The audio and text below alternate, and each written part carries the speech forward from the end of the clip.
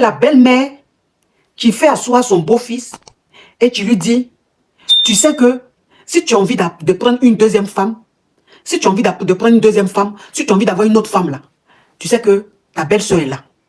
Moi-même là, je suis d'accord. Moi-même, je donne la bénédiction. J'accepte. Donc, tu peux prendre ta belle-sœur comme ta deuxième femme. Moi, ça ne me dérange pas. Je veux que tu le fasses. D'une jeune dame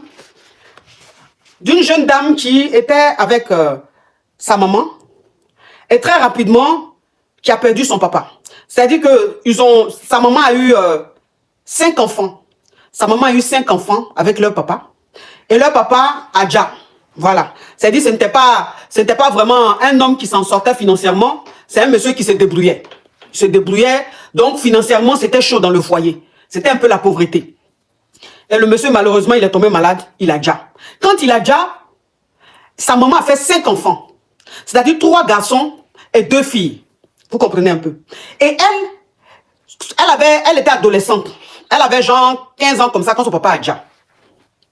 Et c'était tellement chaud à la maison. La pauvreté était tellement là, tellement présente parce que la maman, elle n'avait pas une activité qui lui permettait réellement de s'occuper de ses 5 enfants. Elle se débrouillait, elle faisait tout, mais c'était peu. Donc les enfants même n'arrivaient pas ne mangeaient pas à leur faim. La famille n'était pas vraiment à l'abri. Sa maman avait pris une petite chambre dans un bas quartier du genre à Aussi-Qu'au-Bois. Voilà, c'est dit un quartier très très précaire. Elle avait pris un studio là-bas et elle était dedans avec ses 5 enfants. Et la jeune fille qui, elle est née de la famille, quand son papa a déjà et qu'elle a vu que sa maman souffrait financièrement, même ses petits frères pour aller à l'école, même pour acheter cahiers, c'était un problème. Ce qui faisait que les enfants étaient pratiquement à la maison. Donc quand elle a vu ça, elle s'est dit, moi étant l'aînée, je ne peux pas laisser ça comme ça. Donc ce que je vais faire, je vais me chercher. Je vais me chercher. Voilà comment elle commence à sortir. Vous comprenez? Donc elle commence à gérer des ways. Elle commence à agréer avec des hommes mariés, plus âgés ou quoi que ce soit. Le but, c'était de gagner un peu de jetons pour venir donner à sa maman, pour nourrir ses petits frères, pour au moins dormir dans une maison décente. Et cette fille-là, elle est tellement belle. Elle est très très belle. En tout cas, cette femme-là, elle a fait de jolis enfants. Vous comprenez? Ses enfants sont beaux, mais surtout sa première fille-là, elle était tellement belle, c'était la plus belle. Donc, les hommes la draguaient. Elle était très sollicitée parce qu'elle était réellement belle. Elle allait prendre un studio avec ses copines, quelque part dans un quartier d'Abidjan. C'est-à-dire, elle n'a pas voulu rester aussi qu'au bois comme sa maman. Donc, ses copines et elle ont essayé d'aller genre vers Angré pour prendre un studio. Donc, elles étaient, je crois, 4 ou 5. Et elles payaient le studio ensemble. Et les petites, elles se géraient. Elles se géraient. C'est une forme de vendre le piment. C'est une forme de vendre le piment. On peut dire qu'elle vendait le piment. On peut dire ça comme ça. Mais la petite, la jeune dame, elle a dit qu'elle n'avait pas le choix. Qu'il fallait qu'elle le fasse pour sauver sa maman, pour sortir sa maman de la pauvreté. Et c'est dans ça, l'argent rentrait, elle donnait à sa maman, elle payait, c'est elle qui s'occupait de la scolarité de ses petits frères, c'est elle qui donnait à manger, elle a donné un peu d'argent à sa maman pour faire un commerce et tout. Donc, franchement, elle se débrouillait comme ça, avec ses petits frères et sa maman. Voilà comment, à ses 21 ans, elle est tombée sur un monsieur, un homme, voilà, qui n'était pas marié, mais qui avait une bonne situation. Il avait une bonne situation. Et le gars, ils se sont vus 1 fois, 2 fois, 3 fois. Ils ont gré. Mais le gars était régulier. Il était régulier. C'est-à-dire qu'il a kiffé cette fille-là. Il a aimé. Et très rapidement, ça a commencé à prendre une autre forme. C'est-à-dire que le gars n'était plus un client. Il était quelqu'un qui aimait cette fille-là. Et il lui a dit un jour, je veux que tu arrêtes ce que tu es en train de faire. Parce que je vois que tu sors beaucoup avec tes copines. Vous avez une vie, mais franchement, qui n'est pas trop nette. Et je n'apprécie pas. Donc, j'ai envie que tu sois canalisé. Ça veut dire que j'ai envie que tu me dises ce que tu veux faire dans ta vie. Je vais te financer. Et puis, voilà. Mais je veux plus que tu mènes cette vie-là. Donc, le gars, très rapidement, il a sorti du studio dans lequel elle vivait avec ses copines. Il lui a pris un petit appartement où elle était. Il venait régulièrement la voir. Et elle a dit qu'elle veut suivre une formation. Elle a dit qu'elle veut suivre une formation. et tout. Donc le gars a financé la formation de cette jeune fille-là. Donc elle a suivi cette formation, elle était très intelligente et elle a fini sa formation. Quand elle a terminé sa formation, elle est tombée enceinte de ce monsieur. Elle était même vers la fin de sa formation quand elle est tombée enceinte de ce monsieur. Donc quand elle lui a annoncé la nouvelle, il était très content de savoir qu'elle est enceinte. Vous comprenez? Et comme vous savez qu'il y a des gens qui sont de très bonne moralité, qui ont une crainte. C'est-à-dire que pour eux, s'ils sont avec une nana, une femme qui tombe enceinte, ils doivent la marier avant qu'elle accouche. Il y a des gens comme ça. C'est pas si c'est leur coutume ou bien si c'est une façon à eux de voir la vie parce qu'ils estiment que si tu es enceinte et que tu accouches alors que tu n'es pas marié, c'est un peu mal vu. C'est-à-dire que l'enfant doit être légitime. Donc le gars, il a dit, bon, comme tu es enceinte, on va se marier. Vous comprenez? Voilà comment il se marie. Et quand il se marie, elle fait son enfant. Le monsieur a une très bonne situation. Et depuis qu'il était avec cette fille, sa vie allait de plus en plus. C'est-à-dire que ses activités cartonnaient de plus en plus, ses activités cartonnaient de plus en plus, il s'en sortait de plus en plus, des portes lui étaient ouvertes. Donc le gars, il est rentré dans un circuit, dans un réseau, pas malhonnête, hein, mais je veux dire un réseau des gens qui évoluent dans leur domaine et tout. Donc, elle, parmi ses frères et sœurs, sa petite sœur, qui elle est une fille, sa petite sœur en ce moment, elle avait 18 ans. Vous comprenez? Donc elle a dit à sa petite sœur de venir rester chez elle. Et maman, elle reste avec les garçons. Voilà comment sa petite sœur vient rester chez elle à la maison. Avec son mari. Et elle a accouché et tout ça. La maman venait régulièrement. C'est-à-dire la maman venait saluer ses enfants. Donc la maman, quand elle venait, elle pouvait faire 2 jours, elle pouvait faire 3 jours, elle pouvait même faire 1 semaine dans le foyer de sa fille. Et elle, la formation qu'elle a finie, en fait, il fallait faire un stage. Il fallait faire un stage. Et le stage qu'il fallait faire, il fallait qu'elle aille dans un autre pays. Du genre à Dubaï, un autre pays, ou au Maroc, ou en Tunisie, dans un autre pays, pour faire son stage, pour que la formation soit plus costaud, pour qu'elle ait un bon boulot. Voilà comment son mari paye son billet et étant là-bas dans le pays, il s'occupe de tout, l'hébergement et tout, voilà, le stage, tout.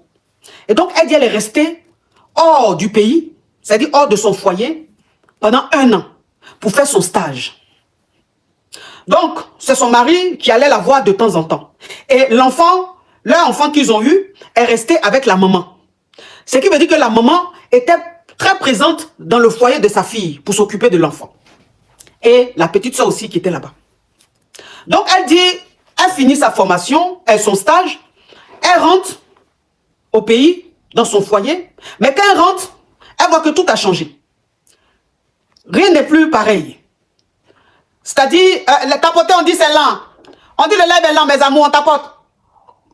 Donc, quand elle rentre au pays, elle voit que tout a changé. Le comportement de sa maman a changé, le comportement de sa petite sœur a changé. C'est-à-dire que elle voit que son mari et sa petite sœur ont un regard qui n'est pas net. C'est-à-dire que ce n'est pas un regard de belle-sœur et beau-frère. C'est un regard des amoureux. Donc, elle voit de temps en temps comme ça, elle se dit non. Qu'est-ce qui se passe? C'est dans ma tête, je suis en train d'halluciner ou je vois réellement quelque chose qui ne va pas. Donc, elle s'est dit, elle va encore un peu observer. Et elle voit que sa petite sœur, de plus en plus, se fait de plus en plus sexy à la maison. C'est-à-dire, elle peut, parce que sa petite sœur aussi est belle, avec des rondeurs et tout.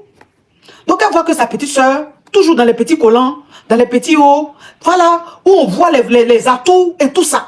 Donc, elle a dit à sa petite sœur, mais tu ne peux pas t'habiller comme ça pendant que tu es chez moi et tu sais que je suis mariée. Et sa petite sœur qui lui dit, mais ça fait quoi? Ça fait quoi? Je suis habillée comme ça fait quoi? Donc, je peux plus être à l'aise, mais à mon âge, c'est comme ça, on s'habille.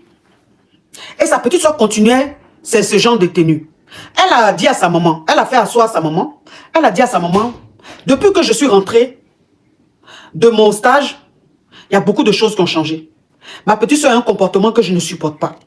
Elle a une façon de s'habiller que je ne supporte pas. Elle a un regard entre elle, il y a un regard entre elle et mon mari que je ne supporte pas. Ils ont une façon de rigoler. Mon mari a une façon de jouer avec elle, je n'aime pas. Ça veut dire que quand son mari joue avec elle, avec sa petite soeur, il peut genre la maga sur son bocho. C'est-à-dire, il peut la maga sur son bobraba. Vous comprenez un peu? Il peut la maga sur son bobraba. Il peut essayer un peu de... C'est-à-dire, il fait des trucs. Tu sens que c'est pas simple. C'est pas simple. Et sa maman lui dit, oh, mais tu aimes trop ça. Mais où tu vas chercher ces choses-là? C'est ta petite soeur. Pourquoi tu penses que c'est des choses comme ça? Les choses comme ça peuvent être réelles. Hein? Faut arrêter ça. Tu te fais trop d'idées. Laisse ça. C'est ton mari, c'est ta petite soeur, c'est son beau. De temps en temps, ils peuvent rire, ils peuvent rigoler. Pourquoi tu vas chercher loin? Tu vas chercher le diable là où il n'y a pas. Et ça continuait de plus en plus, ça continuait de plus en plus. C'est-à-dire que les comportements, les attitudes étaient de plus en plus provocants. C'est-à-dire que c'était de plus en plus malsain. Elle a dit à son mari, je n'apprécie pas ta façon de te comporter avec ma petite sœur. Il faut que tu arrêtes ta façon de te comporter avec ma petite sœur. Donc son mari s'est fâché. Il dit, mais pourquoi est-ce que tu me parles comme ça et tout ça? Il faut savoir que le monsieur s'en sort très bien. Et elle aussi, quand elle est rentrée de son stage, elle a eu un boulot tout de suite. Donc elle a commencé à travailler et tout ça. Donc elle a eu un enfant avec son mari. L'enfant est en train de grandir. Son mari l'a envoyé balader. Donc elle s'est fâchée. Elle a demandé à sa petite sœur. Et on est à 1 million, bravo mes amours, on continue, on monte rapidement à 2 millions. Donc elle n'appréciait pas ce comportement-là. Elle s'est levée un matin, elle a dit à sa maman de retourner chez elle. Elle a dit à sa petite soeur de quitter chez elle. Donc elle a mis sa petite soeur et sa maman à la porte. Elle leur a dit de partir de chez elle. Donc elles sont parties de chez elle. Mais quand elles sont parties de chez elle, elle avait l'impression que c'est la mauvaise décision même qu'elle avait prise. Parce que l'ennemi, quand l'ennemi était sous le même toit qu'elle, elle avait au moins la maîtrise. Elle contrôlait. Mais le fait qu'elle soit partie, c'est là même, ses problèmes même allaient commencer. Ce qui veut dire que le monsieur maintenant et sa maman sont devenus tellement complices.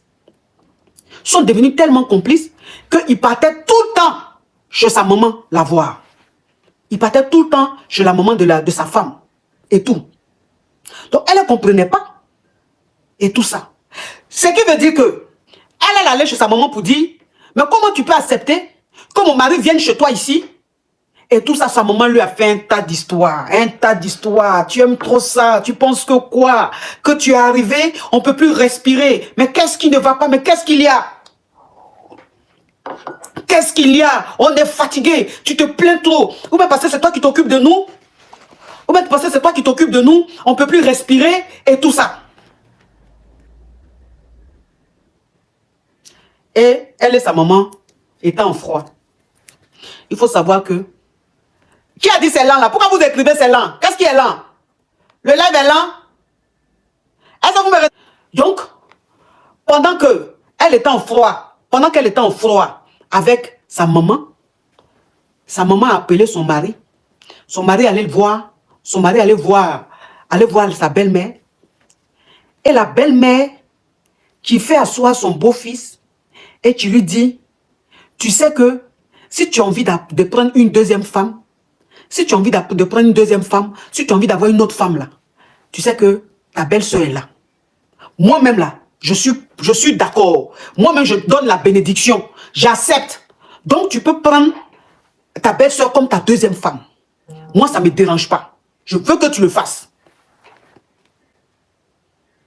Je vous dis, ce que je vous dis, tu vois, vous allez penser que c'est irréel, mais c'est vrai. C'est vrai. Donc, le monsieur, il est dans la maison là. Il est comme... C'est comme si la petite soeur de sa femme là a pris sa tête. Le monsieur ne se contrôle plus. Il est obsédé par sa belle-sœur.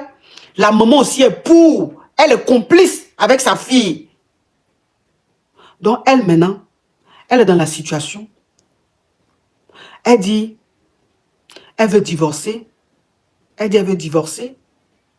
Mais le problème c'est que elle a un enfant avec le monsieur. Et dans le pays dans lequel ils sont, le monsieur a l'argent. Donc, si elle divorce, le monsieur aura forcément la garde.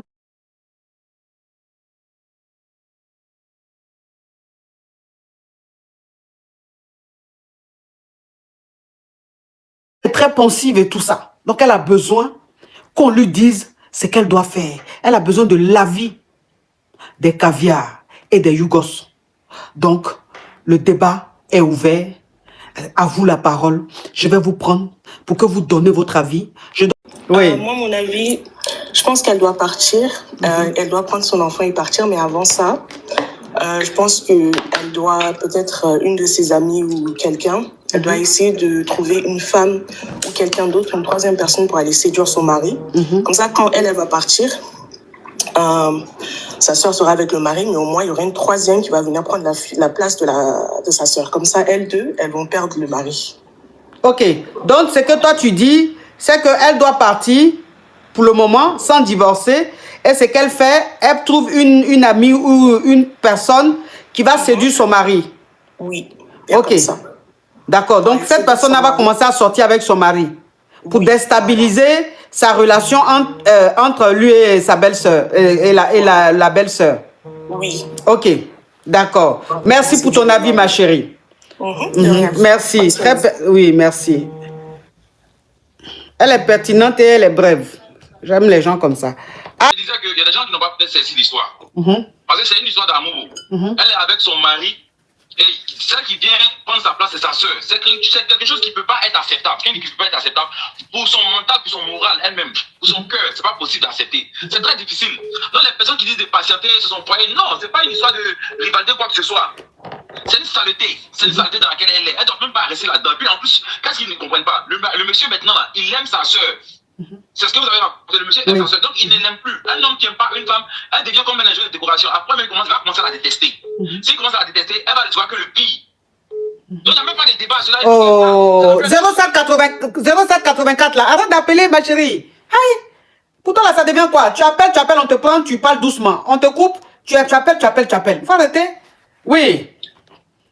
Voilà, comme je disais, il dit il faut qu'elle parte impérativement. Voilà, le seul souci, c'est quoi? Son fils. Voilà, et c'est ce que je reviens encore là-dessus. Il ne faudrait pas qu'elle s'inquiète pour dire non, que son enfant va rester. Il ne faudrait pas qu'elle s'inquiète pour dire non, son enfant, eh bien, elle va perdre la garde de son enfant un jour. Parce que coûte que coûte, l'enfant va réclamer sa mère. Je reviens encore là-dessus. L'enfant va réclamer sa mère. Parce que si elle reste dans ça, c'est une grosse souffrance. Tu es dans une foyer quand on ne t'aime pas, on te maltraite. Tu reçois tout. Après, pour la faire chier, je pense qu'ils seront libres dans la relation et tout se fera devant elle. Parmi tous ceux qui disent qu'elle reste là, qui d'entre eux peut supporter cela? Pour les hommes, supposez que c'est votre frère qui sort directement avec vos femmes. Est-ce que vous allez supporter? Ce n'est pas un débat. C'est la saleté. Désolé. Merci, mon caviar. Merci. On tapote, mes amours, on tapote. Bonjour la coach. Allô? Bonjour la coach. Oui. Bonjour la coach. Ça va, c'est pour donner mon avis. Oui. Bon, je sais qu'il faut faire du débit sur ton live, mais si on peut avoir un petit temps de réflexion parce que le sujet est complexe. Oui. Premièrement, il faut faire attention à ce que les gens disent. On n'est pas dans un café ici, on est chez la coach, il y a beaucoup du monde. Il faut avoir des paroles responsables. Premièrement, il faut rappeler en préambule qu'il ne faut absolument pas que la dame s'en aille et fuit le pays avec son enfant. D'une affaire familiale basique, on peut tomber dans des affaires juridiques très dangereuses. Le papa, si elle fait ça, le papa va en justice, il dépose plainte pour enlèvement, la vie de la fille est finie. Dans n'importe quel pays où elle est. Il faut faire très attention à ce qu'on dit. Donc, il faut avoir des paroles raisonnées et c'est-à-dire intellectuellement raisonnables. Donc, il faut préconiser deux choses. Premièrement, la diplomatie. On est entre humains, avec des gens qui sont dotés de raison. Elle doit parler avec ses frères et réunir la maman et la fille. Avec les frères, faire la pression sur la maman et la fille pour qu'ils reprennent la raison. En disant que tu es en train de gâcher une vie et puis la vie de mon enfant. La vie d'un couple et la vie de mon enfant. La vie, c'est une pièce, il faut regarder les deux faces. Il faut comprendre pourquoi ils agissent comme ça, la maman et la fille. Les humains ont un cœur. On peut pas faire comme ça pour faire du mal. Ça n'existe pas dans une famille. Donc, il faut comprendre les raisons et essayer tranquillement. Pardonne-moi mon caviar, est-ce que c'est pas parce que elles ont envie, c'est-à-dire la maman, elle se dit que le mari de sa fille a l'argent et que peut-être qu'elle gagne pas suffisamment ce qu'elle devrait gagner. Elle se dit que si elle met sa petite soeur dessus, elle va peut-être gagner plus. Est-ce que c'est pas l'envie? La coach, on est d'accord. Ça, c'est une réflexion possible. Mais il y a des milliers d'hommes. On est 7 milliards sur Terre. Il y a d'autres personnes qui peuvent avoir plus de moyens et plus fructueux que ce monsieur. Donc, ça se raisonne. Il faut les trouver. Il faut les trouver. Si c'est un facteur pécunier, la coach, ça se raisonne. Si c'est simplement ça les intentions de la maman, les frères et la fille peuvent faire entendre raison à la maman. Une maman n'est pas folle. Une maman a un cœur. Une maman a une réflexion, c'est pas des analphabètes. Donc, ils comprennent, ils peuvent discuter et entendre raison. Premier point. Deuxième point, si ça ne marche pas, la diplomatie. La dame, elle va dans son droit demandez le divorce. Il faut arrêter d'avoir ce discours victimaire comme si une femme, une fois qu'elle divorce, elle est finie. Qu'est-ce qui est fini? On est en 2025, on n'est pas en 1802. Donc la vie va continuer, il n'y a pas de fatalité, il faut désamorcer la chose, la déstresser, en disant elle est dans son bon droit, la relation ne lui convient plus, elle va déposer plainte, point barre. Elle va demander le divorce, point barre. Chacun reprend sa route de son côté. Ok. Est-ce que si elle demande le divorce, puisque son mari lui a déjà dit que quand ils vont divorcer, elle n'aura pas la garde de l'enfant. Et on est en Afrique, c'est la raison du plus, c'est la loi du plus fort. On est d'accord. Donc, est-ce que elle doit quand même laisser son enfant avec son papa et partir? Ou qu'est-ce que vous voulez? Ouais. Moi déjà, la loi du plus fort, je ne sais pas, il faut pas toujours mettre l'Afrique comme si c'est le Far West. Il y a des lois, elle va au bout de toute la procédure possible. Ça sert à rien d'anticiper, de partir dans une psychose. Oui, ça va être la loi du plus fort, il est plus puissant, il a plus d'argent. Non, elle fait les... C'est la réalité malheureusement mon frère, c'est la réalité, c'est la triste réalité. Elle arrive à la fin des étapes si ça ne marche pas. Si ça ne marche pas, au bout du bout, bon, elle a fait tout ce qu'elle a pu. Si l'enfant doit rester, l'enfant, tôt ou tard, il va retrouver sa mère. Mais d'ici qu'on arrive à cette fatalité-là, il faut déjà essayer la diplomatie. Peut-être que la maman va entendre raison. Peut-être que la maman va dire à sa fille, bon, reste tranquille, laisse, on va trouver un autre mari. Tu vois, il faut être un peu aussi dans... Il faut désamorcer les choses. Donc toi, tu proposes le dialogue. Le dialogue, si ça ne marche pas, il y a des lois, elle va faire son divorce tranquillement, elle passe à autre chose, elle trouvera un autre mari, son enfant va toujours revenir. Hein? Il n'y a que les montagnes qui se rencontrent pas. Toi-même, nos ennemis finissent par nous rencontrer, donc ton enfant va te rencontrer tôt ou tard. Il y a pas. Mais il faut désamorcer, il faut désescalader les choses dans l'émotion. Là, je pense qu'il faut pas être dans l'émotion, il faut être dans la raison. Là, on est trop dans l'émotion, tu vois. Il faut se venger, il faut envoyer une fille, il faut fuir à le pays. Ça, c'est pas bon. C'est-à-dire qu'au lieu de désamorcer, tu vas en rentrer dans des problèmes encore plus grands qui vont détruire ta vie. Ok. En tout cas, merci beaucoup pour ton avis, mon caviar. Merci beaucoup. Je pense que, il y a des choses qu'on peut supporter, il y a des choses qu'on ne peut pas supporter. Voilà, ça dit que quand tu veux sauver ton physique, alors que ton mental est en train d'être achevé, ça ne sert à rien. Parce que ça va se suivre. C'est-à-dire que quand tu restes là, on te dit, reste là physiquement. Alors que mentalement, tu es en train de déjà. Donc le physique va suivre. Ce n'est qu'une question de temps. Et le physique, il suit comment? Il suit par les AVC, il suit par les arrêts cardiaques. C'est comme ça. C'est comme ça. Les gens qui font les AVC, qui font les arrêts cardiaques, c'est ça. Parce qu'on leur dit, reste. Faut supporter. Faut supporter. Donc le physique supporte, mais l'âme ne supporte pas. Le mental ne supporte pas. Et comme le mental est plus fort que le physique, le mental joue sur le physique. C'est pour ça qu'il y a des gens qui jazzent de façon brusque. Moi, je dis, cette femme, il ne faut pas qu'elle accepte ça. Je pense que ce monsieur, le fait d'avoir de l'argent, il a pris la grosse tête, il se croit tout permis, il pense qu'il est un demi-dieu. Parce que malheureusement, en Afrique, il y a certains hommes qui, quand ils ont des moyens, pensent qu'ils sont des demi-dieux. Ils se prennent, je ne sais pas pour qui. C'est-à-dire qu'il n'y a rien ils n'ont pas d'interdit. Ils doivent faire tout ce qu'ils veulent et on doit la fermer parce qu'on est pauvre. Non, non, non, je pense qu'il faut qu'on garde sa dignité. Le simple fait qu'il ait même l'intention ou qu'il aille gré avec la sœur de sa femme, même s'il est multimilliardaire, qui garde ses milliards. C'est-à-dire que ce genre de milliards, c'est même pas de l'argent. C'est pas de l'argent sain, c'est de l'argent sale. Et un homme comme ça, c'est un homme qui peut être dans des pratiques très, très, très obscures pour avoir son argent. Et donc, il fait des choses pour pouvoir se sentir plus fort, plus puissant. On rentre plus dans quelque chose de normal, on rentre dans quelque chose de très sale.